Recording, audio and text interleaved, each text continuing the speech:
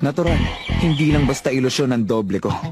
Umiiral siya bilang pangalawang ako hanggang sa utusan ko siyang maglaho. Nararamdaman ko ang pag-atake ng doble ko, kaya siguradong alam ko. Ang ibig sabihin lang nun, kailangan mo kaming labanan pareho bago mo ko matalo. Ipaparamdam ko sa iyo ngayon ang tunay na lakas ng Tiger Bite Fist! Ito ang aking true Tiger Bite Fist!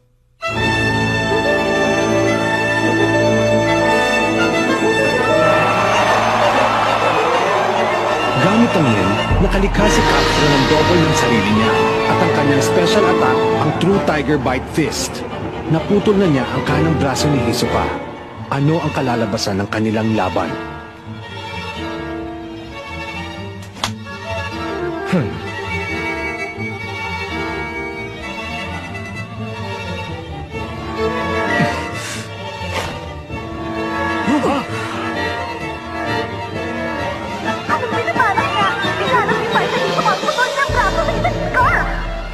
Ipapakita ko sa inyo ang kakayahan kong makita ang hinaharap.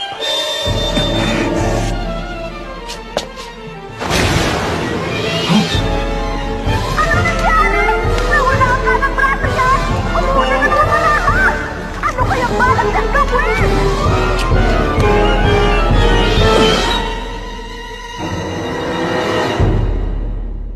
Ngayon, may mga baraha ko ditong 1 to 13. Una, mamili kayo ng numerong gusto niyo mula rito. At isipin niyo itong maigi. Ano? Pumili ng numerong gusto namin? Handa na kayo? Kunin na napili niyong number, tapos add 4. At ang magiging resulta, i-multiply niyo naman by 2. Pagkatapos, subtract 6. At saka i-divide by 2. At panghuling step, i-subtract ninyo ang number na napili ninyo. Ano nang resulta? Uy! Ano daw subtract 6? Ay, ewan, hindi ko na alam! Kahit hindi niyo sabihin sa akin, alam ko kung ano naging sagot ninyo.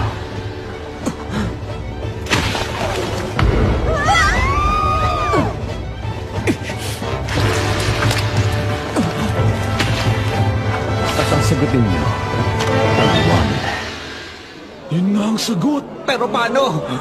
Ano? Yung ginawa niya, isa tong kapaliwa! Kahindik-hindik na magic trick! Sinama niya sa trick ang naputol niyang braso! Nakakapangilabot! Bakit ganun? Kalmado pa rin siya. Wala namang points yun! Wala ring magiging epekto yun sa laban! Pero patuloy lang ang pagpapakitang gilis niya sa magic tricks! Nagiging desperado na ba siya? Iyon na lang to bilang remembrance. Pangas ka. Puputulin ko pati ang kaliwang braso mo para matigil na ang mga walang kwentang paglalapastangan mo. Gaya nga ng sinabi ko kanina, sige lang, gawin mo. Pagbibigyan ulit kita kung yan ang gusto mo! Ano ito? Talaga bang tumutubo na sa laban ng fighter dito? Wala na nakita ng braso ni fighter dito ka! Hinayaan niya lang kaputulin si fighter Castro! Tuluyan naman talaga ng mali ni fighter dito ka! Hindi maaari!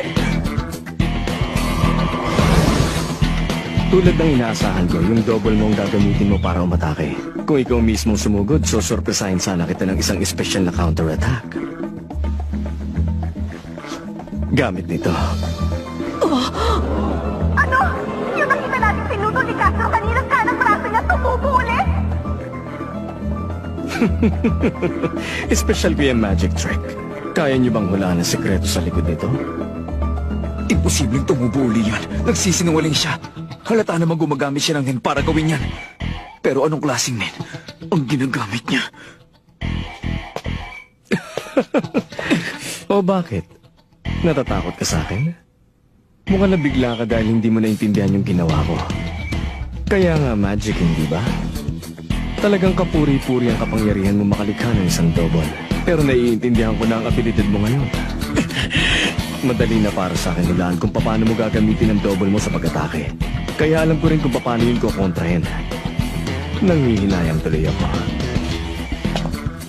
May talent ka sana maging magaling na kalaban. Yun lang ang dahilan. At hinayaan kitang mabuhay ng laban natin 2 taon na nakararaan. Huhulaan kita. Mamamatay kang sumasayaw at nagdedeliryo. Tumahimik ka!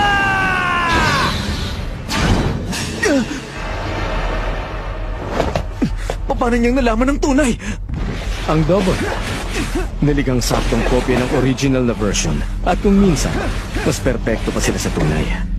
Hindi nasasalamin sa kanila ang mga kapintasan o mantyan na nasa original. Aba, huwag mong sabihin hindi mo man lang naisip ang bagay na yun.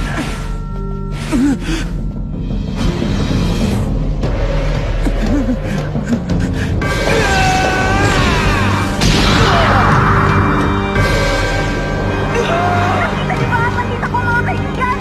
Hindi na may saliwanag ang mga kababalaghan na gaganap dito ngayon! Isa na naman may isang magic trick! Sorry na lang. Malakas din ang suntok sa baba na natanggap mo. Hindi ka makakagalaw na maayos ng ilang minuto. Ibig sabihin, wala kang magagawa para iwasan ang susunod kong pag-atake. Ano? Kailan pa niya hinanda ang pag-ataking ito? Hindi bale, wala na akong oras alamin. Kailangan gamitin ng doble para panangga. Hindi ka na makakalikha ng double. Upang makalikha ng isang double, kailangan ng matinding konsentrasyon at energy, tama? Pero kahit pa dumaan ka sa masinsinang pagsasanay para dito, hindi mo magagawa ito kung wala kang sa tamang pag-iisip. Ang paggamit ng NEN para makalikha at kumontrol ng isang bagay na kasing komplikado ng buhay at nakakapag-isip na tao ay teknik na walang kasing hirap. Kung tutuusin, sa sobrang hirap niyang gawin. Kung magtagumpay ka man dito, malilimutan mo na kung paano gamitin ang NEN sa lahat ng ibang bagay. Ang tawag doon, pagkaubos ng memory space dahil sa sobrang hirap na pinagawa mo sa utak mo. Natalo ka sa labang ito dahil sinayang mo ang memory space mo.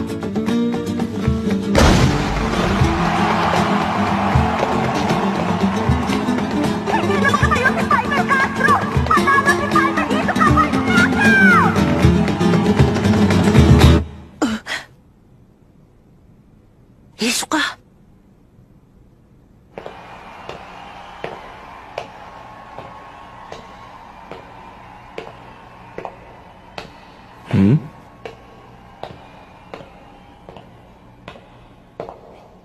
Congrats. Ngayon, patingin ako ng mga injury mo.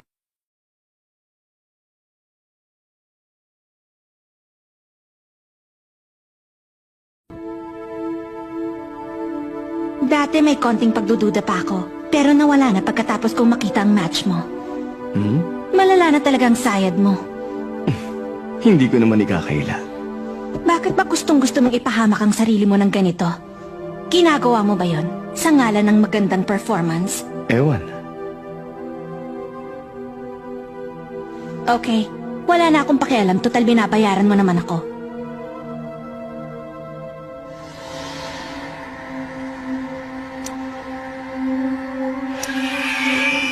Una, patitigilin ko ang pagdurugo.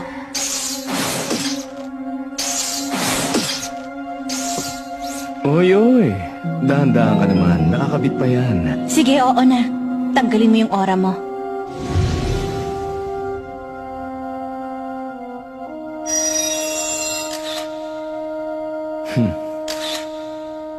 Uunahin ko yung kaliwang braso mo.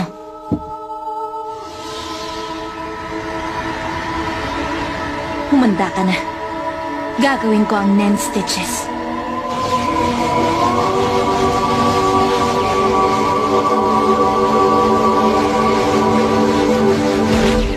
Ayan, tapos na.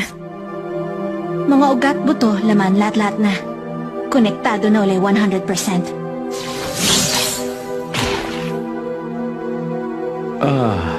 Magaling. O siya, sunod naman yung kanan. Ikaw naman ang humawak ngayon.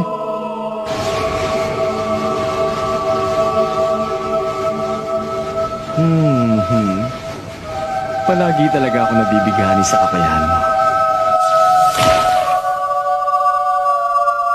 Baka sa susunod, sadyain ko na magpa-injure sa laban para sa ganun.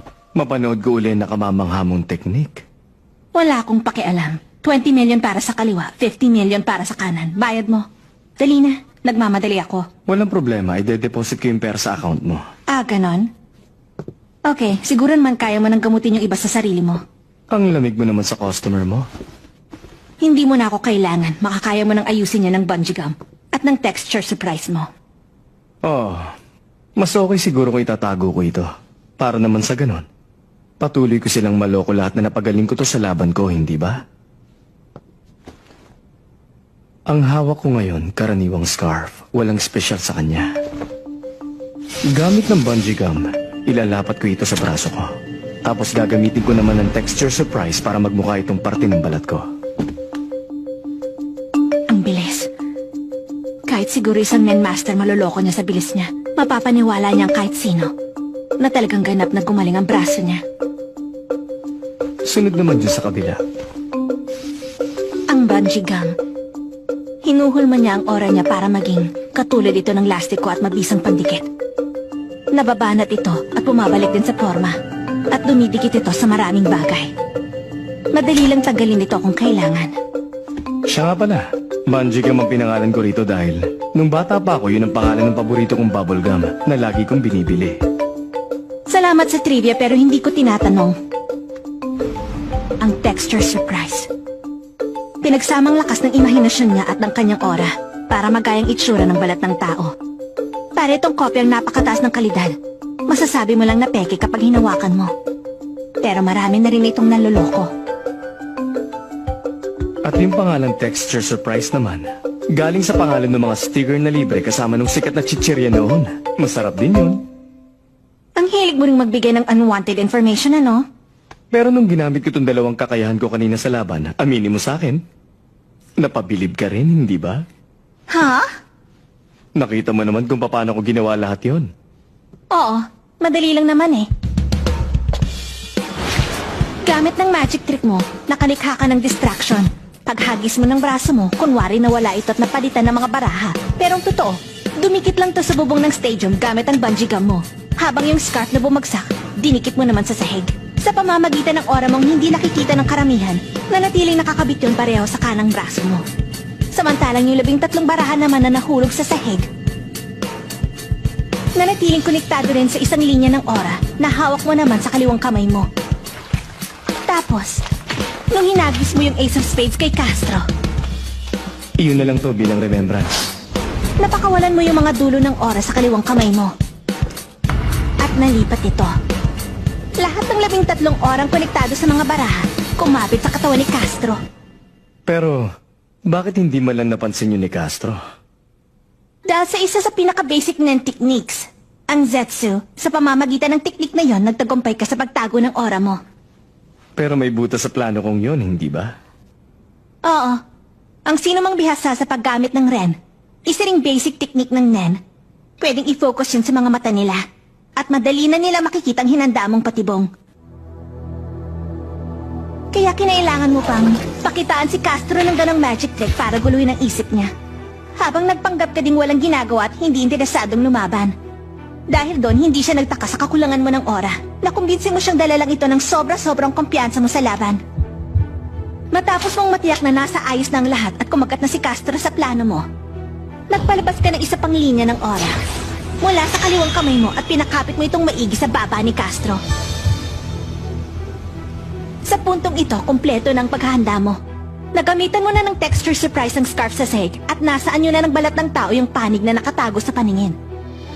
Pagkatapos, nung sinugod na ni Castro yung kaliwang braso mo para putulin, pinairal mo na yung bungee gum na konektado sa braso mo sa bubong at sa scarf na nasa sahig para idugtong ang kanang braso mo habang tinakpan ng scarf ang sugat. Kaya, mukhang biglang nagbalik sa dati ang braso mo. Kaya lang, dahil sa performance mong yon, nabigyan ng puwang si Castro para makabawi ng katinoan ang pag-iisip niya.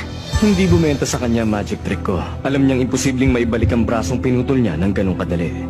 Doon na niya naunawaan na wala naman talagang kababalaghan sa likod ng ginawa ko mga magic trick. At produkto lamang ito ng malikhaing paggamit ko ng Nen. Pero, sa kabila nun, nakahanap ka ng kahinaan sa estado ng pag-iisip niya at sinamantala mo yun. Talagang kapuri-puri ang kapangyarihan mo makalikha ng isang double. Pero naiintindihan ko ng abilidad mo ngayon. Madali na para sa aking hulaan kung paano mo gagamitin ang double mo sa pag-atake. Kaya alam ko rin kung paano yung kukontrahin. Nangihinayang tuloy ako.